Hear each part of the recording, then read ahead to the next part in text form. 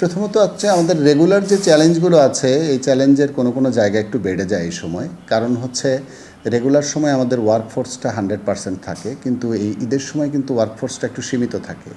আবার আমার সব জায়গায় কিন্তু পূর্ণ জনবল নেই। যে আপনারা জানেন ঈদের সময় প্রচুর রোড অ্যাক্সিডেন্ট হয়। ইভেন আমাদের সদরঘাটে যে একটা ইউনিট সার্বক্ষণিক ডিপ্লয়েড আছে অস্থায়ী ফায়ার স্টেশনের মতো কন্ট্রোল রুম হিসেবে, সেইখানে কিন্তু আমাদের লোকজনকে উঠতে নামতেও হেল্প করেন, কিন্তু আনফর্চুনেটলি হয় কি, সাধারণ মানুষ নিয়মকানুন মানতে চান না। টার্মিনাল দিয়ে লঞ্চে ওঠার কথা, কিন্তু লঞ্চের পেছন দিয়ে একজন লঞ্চে উঠতে যাচ্ছেন, তিনি দুর্ঘটনার শিকার হচ্ছেন। ফলে এটা কিন্তু আমাদের চোখের আড়ালে হচ্ছে। উনি যদি টার্মিনাল থেকে উঠতে চেষ্টা করতেন তাহলে কিন্তু আমাদের লোকজন হেল্প করতে পারতেন। তো ওই চ্যালেঞ্জগুলো আমাদের মানুষ নিয়ম না মানার কারণে কিছু অতিরিক্ত চ্যালেঞ্জের ফেস করতে হয় আমাদের। দ্বিতীয়ত হচ্ছে যে রোড অ্যাক্সিডেন্টগুলো অহরহ হচ্ছে, বিভিন্ন জায়গায় আমাদের লোকজনকে ছুটে যেতে হচ্ছে, এবং আমাদের স্টেশনের গ্যাপ এরিয়া আছে, অনেক দূরবর্তী জায়গায় কল পাচ্ছি আমরা।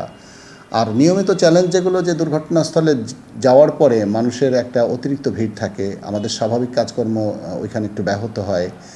আবার অনেক সময় যে জায়গাটিতে আমরা আগুন নিভাতে গিয়েছি বা দুর্ঘটনা ম্যানেজ করতে গিয়েছি, ওই জায়গার ওনার পক্ষের কাউরে পাই না আমরা। ফলে তার ওয়াটার সোর্সটা কোথায় আছে, বিদ্যুতের লাইনটা কোথায় আছে, তো ওনার যদি মেইন বিদ্যুতের লাইনটা আমরা পাই তাহলে ওই বিল্ডিং শুধু বিদ্যুৎ বন্ধ করে দিতে পারি। আমাদের কি করতে হয়, গ্রিডে ফোন করে ওই এলাকার পুরো বিদ্যুৎ বন্ধ করতে হয়। ফলে আশপাশের মানুষ কিন্তু হয়রানি এবং ভোগান্তির শিকার হন। এই জন্য এই চ্যালেঞ্জগুলো একটু মিনিমাইজ করার জন্য আমাদের আপনাদের মাধ্যমে অনুরোধ থাকবে যে যারা দুর্ঘটনার শিকার ভবনের ওনার, তারা যদি আমাদেরকে কোঅপারেট করেন তাহলে কিন্তু এই দুর্ঘটনাটা মিনিমাইজ করা আমাদের জন্য অনেক সহজসাধ্য হয়। আরেকটা বিষয় হলো যে আপনি বলেছেন মাঠ পর্যায়ে আমরা যারা কাজ করি তারা কিন্তু শুধু নন, ইভেন সারা বাংলাদেশে কোথায় কী ঘটছে আমাদের মহাপরিচালক মহোদয় সার্বক্ষণিক এটা খোঁজ রাখছেন। একটা বড় দুর্ঘটনা ঘটছে, যেমন ট্রেন বগিচ্যুত হয়ে গেছে, সাথে সাথে ওইখান থেকে মহাপরিচালক স্যারকে ইনফর্ম করা হয়েছে স্যার এই জায়গায় এরকম একটা দুর্ঘটনা ঘটছে, এবং মহাপরিচালক স্যার নিয়মিত এটা মনিটরিং করছেন। ফলে আমার টপ টু বটম প্রত্যেকেই কিন্তু যার জায়গা থেকে দায়িত্বে নিয়োজিত দেশের সম্পদ এবং মানুষের জীবনের নিরাপত্তা বিধানের জন্য। আমাদের সামর্থ্যের সবটুকু ব্যবহার করার সুযোগ আমরা অনেক সময় পাই না। আমাদের ইকুইপমেন্ট নাই, এই সমস্যার চেয়ে বড় হয়ে যায় যে জায়গাটায় দুর্ঘটনা ঘটেছে সেখানে আমাদের যা ইকুইপমেন্ট আছে তাও ব্যবহার করতে পারি না। ধরেন একটা 15 তলা ভবন, আমার এখানে কাজ করতে হলে, আমার কাজটা শতভাগ সফল করতে হলে আমার ভবনের একদম কাছাকাছি যাওয়া লাগবে, কিন্তু দেখা যায় 15 তলা ভবনের আশপাশে 2টা টিন শেড হয়ে আছে। ফলে আমাকে অনেক দূর থেকে এই ভবনের দুর্ঘটনা ম্যানেজ করতে হয়। আমি যে একটা টার্ন টেবল এখানে লাগাবো, এই টার্ন টেবলটা অনেক দূরে থেকে অ্যাঙ্গেল করতে হয়। ফলে আমি আমার ফ্রিকোয়েন্সিটা যে হারে পাওয়ার কথা সেই হারে 5+ স্টার রেটিং প্রাপ্ত দেশের সর্বোচ্চ বিদ্যুৎ সাশ্রয়ী ওয়ালটন এসি স্মার্ট কমফোর্ট এখন নেক্সট লেভেলে কিন্তু আমি পাই না। আবার অনেক সময় দেখা যায় যে উপরে এত বেশি তার থাকে, জটিল তার, যে আমাদের টার্নটেবল লেডার বা উঁচু ময়ের যে গাড়িগুলো, এগুলো কিন্তু সেন্সর ডিভাইসে কাজ করে। ফলে এগুলো কিন্তু বাধাগ্রস্ত হয়। কোথাও বাধাগ্রস্ত হলে এর সেন্সরটা স্টপ হয়ে যায়, ও সংকেত দেয় যে আমি কোনো একটা অবস্ট্রাগল দেখছি। তো এই জায়গাগুলোতে আমাদের বড় ধরনের চ্যালেঞ্জ তৈরি হয়। দ্বিতীয়ত হচ্ছে যে পানির সোর্সগুলো ঢাকার থেকে বা বড় বড় শহর থেকে কিন্তু শূন্য হয়ে যাচ্ছে। তো আমাদের জনবল এই মুহূর্তে রাইট নাও 14,000-এর কিছু বেশি আছে।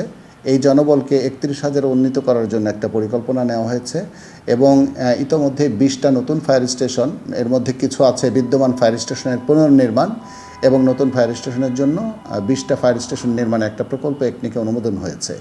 আরও কিছু প্রকল্প পাইপলাইনে আছে। আমাদের টার্গেট হচ্ছে যে একটা মাস্টার প্ল্যান করে ফায়ার স্টেশনের সংখ্যা 9 শতাধিকে উন্নীত করা সারা বাংলাদেশে।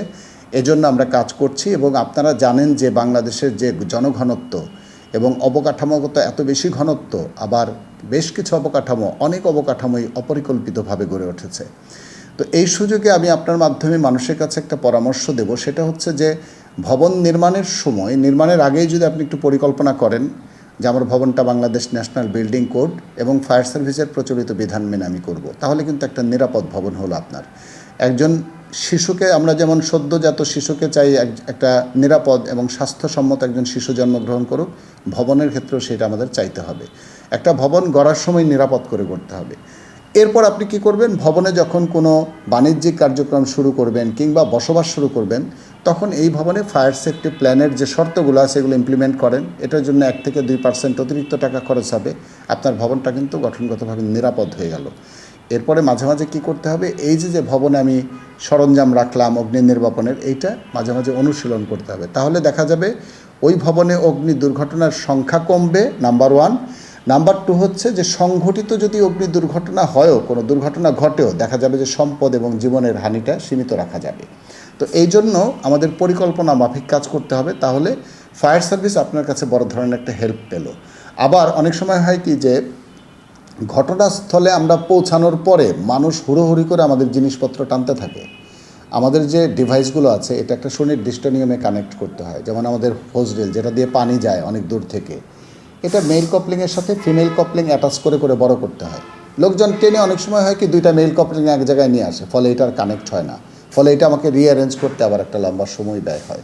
সেই জন্য যারা উৎসুক দর্শক আছেন, হ্যাঁ আমি জানি যে তাদের প্রিয়জন আটকে আছে, তাদের সম্পদ পুড়ে যাচ্ছে, তাদের মধ্যে একটা গভীর উদ্বেগ এবং উৎকণ্ঠা থাকে, তার প্রতি শ্রদ্ধা রেখেই বলবো আমাদের কাজকে যদি সাবলীলভাবে আমাদের করতে দেন তাহলে কিন্তু আমাদের কাজটা আরও সহজসাধ্য হবে। আর যদি আমাদের হেল্প করতে চান তাহলে যেটা করতে হবে, ফায়ার সার্ভিস থেকে আপনাদের একটু ট্রেনিং নিতে হবে। যদি একটু প্রশিক্ষণ নেন, আপনার হাত যদি প্রশিক্ষিত হয় তাহলে রাইট ওয়েতে আপনি আমাদের হেল্প করতে পারবেন। আমরা প্রতিনিয়ত ভলান্টিয়ার ডেভেলপ করছি।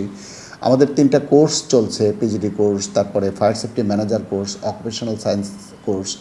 এই কোর্সগুলোতে অংশ নিয়ে কিন্তু তারা তাদের নিজেদের শানিত করতে পারবেন, নিজের প্রতিষ্ঠানের নিরাপত্তার জন্য সহায়ক শক্তি হিসেবে কাজ করতে পারবেন।